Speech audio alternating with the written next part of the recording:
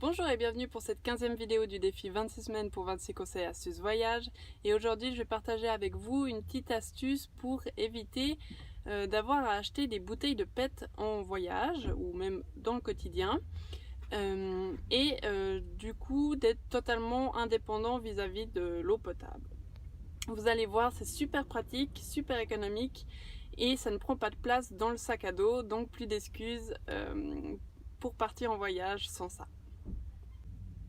Objet idéal pour tout voyageur minimaliste, c'est le filtre à eau que j'avais envie de vous présenter aujourd'hui.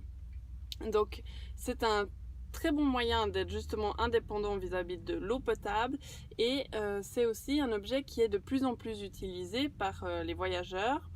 Et vous pouvez le trouver sous plusieurs formes. Donc là vous l'avez en format filtre avec la poche. Mais vous pouvez l'avoir sous forme de paille seulement, donc c'est quelque chose comme ça mais bien plus long, ou ça avec une paille au bout. Vous pouvez aussi l'avoir sous forme de gourde, enfin voilà. Et il est décliné sous plusieurs formats. Mais dans tous les cas, en fait, c'est toujours le même principe, donc c'est un filtre qui filtre n'importe quelle eau, même les urines.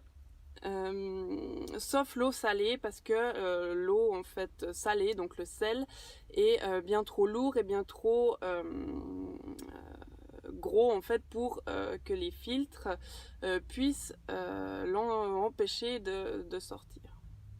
Donc comment ça marche? C'est un principe en fait très simple, tout se passe dans ce filtre, généralement constitué de fibres très serrées, ce qui empêche les impuretés de passer et ce qui permet de donner une eau très pure.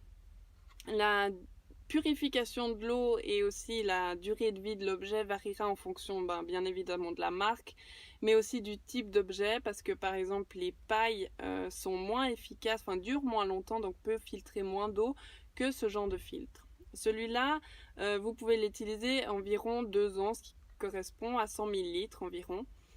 Il suffit juste de le nettoyer quand vous voyez que ça commence à goûter de plus en plus lentement.